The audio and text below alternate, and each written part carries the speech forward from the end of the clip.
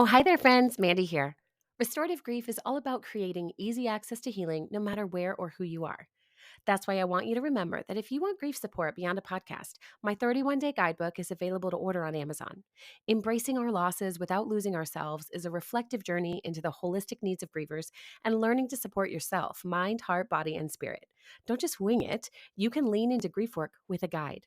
The link for the book and more are available in the show notes, and as always, you can reach out with questions. But for now, let's get on to this week's episode. Welcome back to Restorative Grief with Mandy Capehart. You are listening to episode 188, titled How Do We Grieve the Living?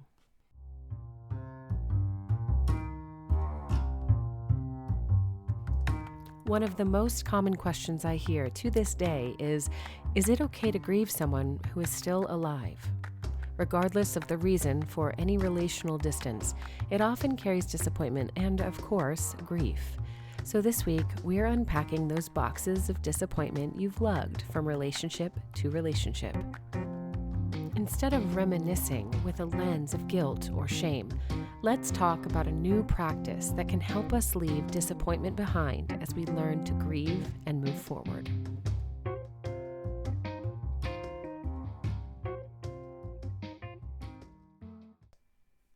Why do we grieve the living? When reflecting, most people cite disappointment as the biggest reason.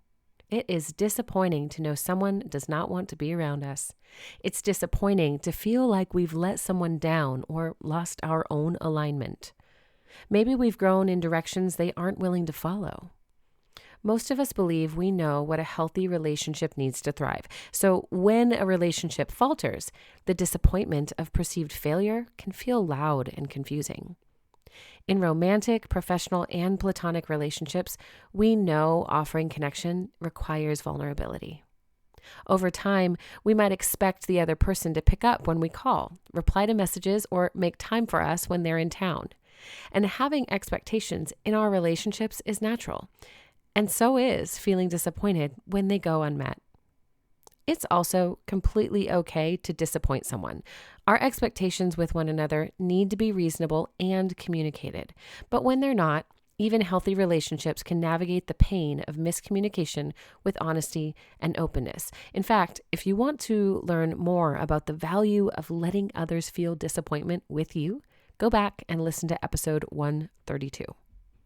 Often we insulate ourselves from honesty to prevent the pain of knowing we've let someone down, and that's not a sustainable way to live.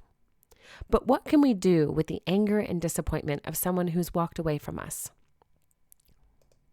The reason they've left doesn't change the pain, and this isn't about naming why they've gone or who set a boundary that ended the connection either. The closeness factor is absent, and that leaves the brain swirling with rumination, overthinking, and attempts to uncover and solve any perceived problems. The disappointment of someone's absence is heavy. That box of expectations, the bags we pack and carry with us, become weightier and weightier when we think about all the ways their absence affect us. Less support, less companionship, less insight, less affection. Combine that with more isolation, more frustration, and more hurt, and it makes perfect sense why we would want to avoid feeling disappointed at all costs. Many of us grieving become hesitant to express expectations in future relationships. After all, they can't let us down if we have dirt-level expectations in the first place. I've even heard people celebrate the bare minimum as support, either because they expected nothing in the first place or because they learned from past relationships that this was the safest emotional way forward. And that coping mechanism might work well with acquaintances or strangers, with relationships that aren't deeply intentional or well-defined. And in those cases, expecting little to nothing can be reasonable, self-protective, and okay. But keeping the bar at ground level for close relationships isn't healthy for either person. Learning to communicate our expectations is how we develop a relationship in the first place. For some, that type of communication is foreign because of our earlier life experiences. Our attachment styles are all shaped by the relationships in our childhood. In those early relationships, we practice and develop useful strategies for attachment, including when the natural expectations of our nervous system for connection are not met. Whatever strategies we develop are the first strategies that show up later in life. So if we expect to be gravely disappointed by a partner because that is how our earliest relationships turned out, then we begin to repeat the cycle. A concept that has gained traction online in recent years is the oversimplification of the dismissive avoidant attachment style. It's relatable, even if we aren't operating with this attachment style in the majority of our relationships. To paraphrase the oversimplification, quote, "The reason you don't share your emotions with people that you love is because as a kid, you were expected to cry yourself at sleep at night or told to buck up, buttercup." Some variation of minimizing your emotional expressions as a child led to recognizing that safety comes when you keep uncomfortable emotions on lockdown. And most people have experienced moments like this, but an isolated incident doesn't usually result in a dismissive avoidant attachment style. But the idea of becoming curious about how we move in connection as a result of what worked for us when we were younger, well, that's crucial for this conversation about disappointment. We don't start relationships expecting them to end. When we begin a connection, we are filled with hope and maybe cautious optimism. As much as our inner Eeyore may want to speak up, we tend to be positive as we get to know other people. In that time, we learn what we can expect from them and we share our boundaries too. The hard part is that most of the time, these expectations and boundaries are unspoken. As time goes on, we create little indicators of comfort or discomfort with people that change the expectations as well. You've heard me say it plenty of times before. Everything we do moves us closer to or further from the person we are becoming. Nothing leaves us standing still, and the same is true in relationships, toward or away, connection or disconnection. Remaining static just isn't possible. Over time and without intentions toward one another, we drift apart. Those distances hurt, but perhaps we can rationalize or name our part in the distance. We may even feel a comfort level that allows for reconnection. Sometimes we reach out and it goes great. And other times, cue disappointment. How many times have you wanted to rekindle some flame of affection and all you are left with is a burned out match in the dark? Maybe you've been ghosted, maybe you've been dumped, maybe your longtime community thinks you've changed and there's no longer a seat for you at the table. Maybe a sibling can't believe you've cut off your parents, or a coworker turned the team against you for siding with HR. Maybe you're just not comfortable being honest with an old friend about how their behaviors and beliefs cause you harm, but saying nothing at least seems to keep the peace. Learning to grieve the very people you may see in the grocery store takes intention, embodiment, and a willingness to stop keeping the peace. Let's become intentional with ourselves. Embodiment begins here and now. When you heard me say, "Stop keeping the peace," did you notice anything shift in your body? Take a moment and scan yourself from head to toe. Do you feel tension, butterflies, or maybe a change in your breath or your temperature? Any physiological response is perfectly normal. Your body is likely responding to the threat of a lack of peace, even as an idea, because it is a threat. The idea that a person or a place will not feel a sense of peace with us might be scary and unknown. Navigating that unknown is the mental exercise we engage in when we struggle to understand why someone left or what we could have done differently to keep them around. The rumination keeps the uncomfortable emotional energy moving through our body, dysregulating us away from care and comfort. But if we could think our way out of disappointment, we would have done it by now. If spiritual bypassing or toxic positivity worked, we would all feel incredible all the time. The embodiment you can experience in these moments of disappointment require safety, security, and ultimately result in a greater sense of belonging with yourself. So let's start with the idea of keeping the peace. What does it mean to you to keep the peace? What are the actions, the words, the feelings that go along with keeping the peace? This is a fine place to stop the episode and journal a bit until you have a strong sense of how you feel when you are keeping the peace and how it serves you to do so.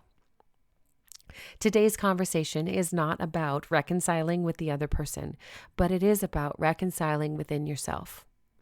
There are plenty of ways to approach someone and begin working through that discomfort. And in fact, episode 132 that I spoke of earlier invites you into boundary work for just that purpose. So today's conversation is around people who are alive and for any reason want nothing to do with you. When we think about keeping the peace with someone who doesn't want to speak with us, we actually can't really keep the peace with them, can we? I mean, you could say honoring the boundary and remaining away is keeping the peace, but if we are not feeling any sense of peace, what is being kept exactly? Grieving these relationships means shifting away from maintaining external peace and cultivating inner peace. No more "it is what it is" statements. No more global accusations of generational divides or blaming pop culture and pop music. This is about taking ownership and responsibility within for the state of our own lives going forward. Go back to the body scan a moment ago. What you felt points to what you need most in this moment. Your body is guiding you toward expressing what feels stuck, trapped, limited, restrained from this particular relationship.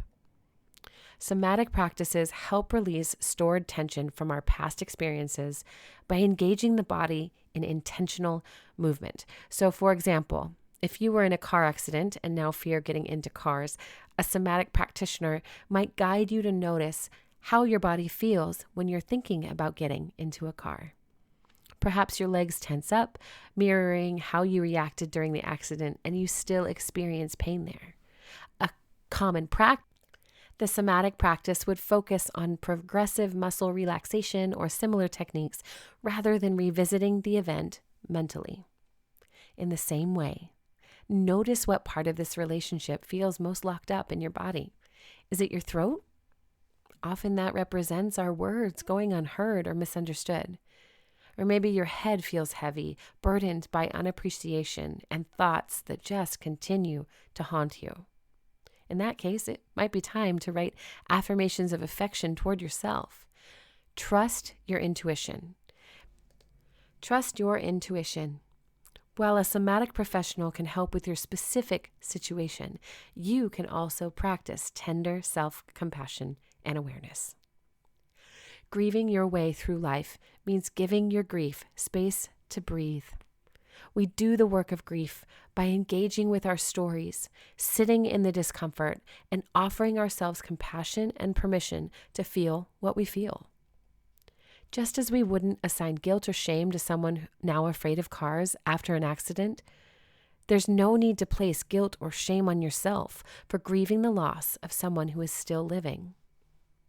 As you explore the sensations you experience, notice your emotions too. Any coming to the surface? Can you name any of the emotions beyond happy, sad, angry, scared, or excited? And when you notice an emotion, give yourself a full 90 seconds or so to stay with it. No big responses, no shifting your attention to avoid it. Let the emotion be with you. Let yourself feel how it moves through you. See, emotions are a chemical response in your body, and the best part is that most of the time, that response takes about 90 seconds or so to metabolize and move through. Grief becomes more complicated when we ruminate on or ignore an emotional state. For example, when you think about the friendship that fell apart, you might notice that same feeling of isolation, anger, sadness, or rejection surfacing again. You might even begin to see it reflecting in other relationships, and then that starts a whole new cycle of fear and concern. Now is the time to name those emotions. Notice where in your body you feel them physically, and allow your intuition or a somatic practitioner to help you metabolize them through your physical self. Grieving the living is possible if you are tending to your grief daily. In the same way you notice hunger, you can notice your grief is on a spectrum of expression. The body will bring your attention to the need, and that's when you get to be intentional again. And you can choose to nurture your peace or leave it to starve.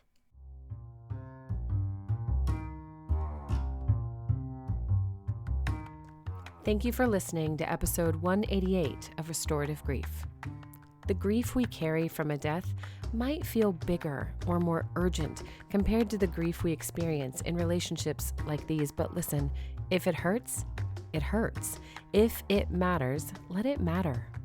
We can experience relief from our grief and release from our trauma, no matter the source, if we move with intention toward ourselves and what we need. If this is your first time listening to the podcast, thank you for making space. I hope you feel inspired and empowered to try something new in your own grief story after today's conversation. Make sure to subscribe to the podcast and share this episode with a friend. You know, there's always someone in your life that could use a little more intention too. So give them that encouragement. Thank you to the patrons of the podcast for supporting this work, of course. And if you want to support the work financially, gain access to exclusive content, and connect with others who are grieving, please join us at patreon.com/MandyKPart. And you know that link will be in the show notes. And as always, before we go, one last thing. Please remember, the only solution for grief is to do the work of grieving. Thank you for listening. I'll see you next week.